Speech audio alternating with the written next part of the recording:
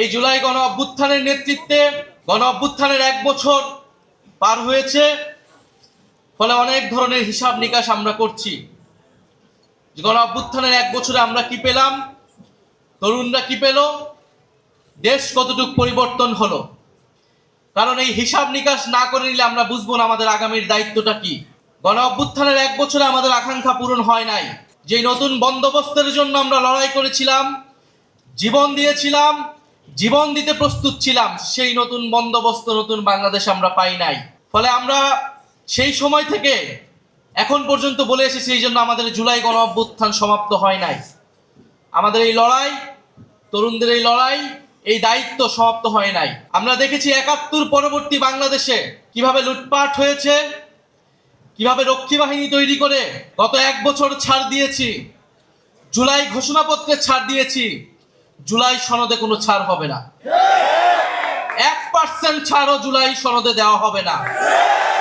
যেই মৌলিক সংস্কারের রূপরেখা জনগণের পক্ষ থেকে ঘোষণা করা হয়েছে, যেই মৌলিক সংস্কার, যেই নতুন বন্দোবস্তের কথা আমরা বলেছি, যেখানে গণতন্ত্র নিশ্চিত হবে, স্বৈরাচার আর ফিরে আসতে পারবে না, রাষ্ট্র কাঠামোকে গণতান্ত্রিক হিসেবে করে তুলব, সেই জুলাই সনদে আমরা 1 বিন্দু পরিমাণ ছাড় দিব না। আমরা নির্বাচন চাই। নির্বাচন, গণতন্ত্র, ভোটাধিকারের জন্যই আমাদের লড়াই ছিল। কিন্তু আমরা এর সাথে এও বলেছি, পরিবর্তনের মধ্য দিয়ে বাংলাদেশকে যেতে হবে। বাংলাদেশের এই মুহূর্তে সবচেয়ে বড় সংকট হচ্ছে স্থিতিশীলতা এবং জাতীয় ঐক্য ধরে রাখা। যদি রাজনৈতিক দলগুলো, রাজনৈতিক শক্তিগুলো নিজেদের মধ্যে জাতীয় ঐক্য ধরে রাখতে না পারে, দেশের স্থিতিশীলতা নিশ্চিতে নিজেদের মধ্যে ছাড় দেওয়ার মানসিকতা তৈরি না হয়, ফলে আরেকটি ১-১১ আসবে। কারণ আমরা ইতিহাসে এটাই দেখেছি। আমরা মনে করি রাজনৈতিক সমস্যার সমাধান রাজনৈতিক দলগুলোকেই বসে করতে হবে এবং সেই সংস্কৃতি বাংলাদেশে কায়েম করতে হবে। যদি রাজনৈতিক দলগুলো ব্যর্থ হয়, লাভবান হবে ডিজিএফআই, লাভবান হবে অরাজনৈতিক শক্তি, লাভবান হবে বিভিন্ন বৈদেশিক শক্তি।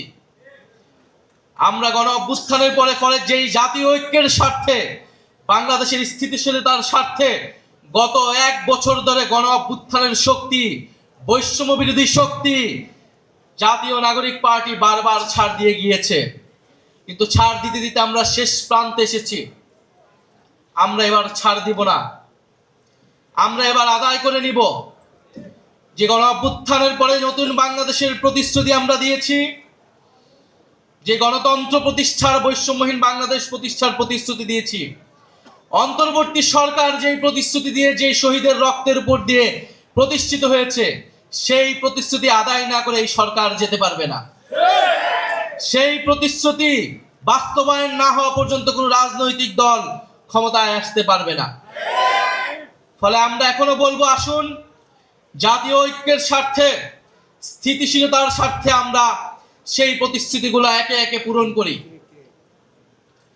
আজকে জাতীয় যুব দিবস, জাতীয় যুব সম্মেলন, ফলে যুবকরা একত্রিত হয়েছে। আমরা দীর্ঘ সময় ধরে আপনাদের স্বপ্ন, সম্ভাবনার কথা শুনেছি। আমরা দেখেছি বিগত 16 বছরে এদেশের তরুণদের সাথে কিভাবে ট্রিট করা হয়েছে। শুধু 16 বছর নয়, আমরা গত 54 বছরের ইতিহাসও দেখেছি। তরুণরা বারবার রক্ত দিয়েছে, বারবার রুখে দাঁড়িয়েছে, বারবার স্বৈরাচারের বিরুদ্ধে দাঁড়িয়েছে এবং বারবার প্রতারিত হয়েছে। গত 16 বছর ধরে বারবার রাজনৈতিক দলগুলোর পক্ষ থেকে, ফ্যাসিবাদ বিরোধী দলগুলোর পক্ষ থেকে আহ্বান করা হয়েছিল, তরুণরা কেন রাজপথে নেমে আসছে না, ছাত্ররা কেন রাজপথে নেমে আসছে না। জেনজিরা অ্যাপলিটিক্যাল, তারা রাষ্ট্র নিয়ে ভাবে না, সমাজ নিয়ে ভাবে না। এই জেনজিরা কিন্তু সেই ভুল ভেঙেছে। তারা প্রমাণ করে দিয়েছে তারা রাষ্ট্র, সমাজ, দেশ নিয়ে ভাবে। সবচেয়ে দেশপ্রেমিক প্রজন্ম এই জুলাই গণ অভ্যুত্থানে রাজপথে নেমেছে, জীবন দিয়েছে, বুলেটের সামনে দাঁড়িয়েছে। কিন্তু বিনিময়ে কি পেয়েছে? যদি এই তরুণদেরকে আমরা বাংলাদেশের যারা ক্ষমতা কাঠামো রয়েছে, যারা ক্ষমতা নির্ধারণ করে, তারা যদি আবারও প্রতারিত করি, এই দেশের আর কোনো ভবিষ্যৎ নাই। তরুণরা বারবার জীবন দিবে, রক্ত দিবে রাজনৈতিক দলগুলোকে ক্ষমতায় নেওয়ার জন্য, আর বাংলাদেশের মহানগরের ভাগ্যের কোনো পরিবর্তন হবে না, এইটা বাংলাদেশের তরুণরা আর মেনে নেবে না। বাংলাদেশের তরুণরা একটা অমর্যাদাকর জীবন যাপন করে, একটা হীনমন্যতা নিয়ে তাদেরকে জীবন যাপন করতে হয়, একটা হতাশা নিয়ে তাদেরকে বেঁচে থাকতে হয় পরিবারে, সমাজে, রাষ্ট্রে। সে জানে এই রাষ্ট্র তাকে সক্ষম হিসেবে, দক্ষ হিসেবে গড়ে তোলে নাই, সেটা এই দেশের শিক্ষা ব্যবস্থার দিকে তাকালেই বোঝা যায়। সে জানে সে যদিও কোনো না কোনো ভাবে পড়াশোনা করে বিশ্ববিদ্যালয়ে যেতে পারে, বিশ্ববিদ্যালয় থেকে বের হয়ে তার কোনো কর্মসংস্থান নাই, এবং সে যদি রাজনীতিতে যোগ দেয় তাহলে চাঁদাবাজি, সন্ত্রাস, টেন্ডারবাজি করে তাকে রাজনীতিতে করতে হবে, এবং রাজনৈতিক দলগুলোর লাঠিয়াল হিসেবে তাকে সব সময় রাজনীতি করে যেতে হয়। ফলে তরুণদের এই হতাশা, হীনমন্যতা থেকেই তরুণরা রাজনীতিতে এতদিন আসে নাই, বিপ্লবে আসে নাই, রাজপথে আসে নাই। জুলাই গণ অভ্যুত্থানে তারা এসেছে, সাড়া দিয়েছে বিবেকের তাড়নায়, স্বপ্ন দেখেছিল।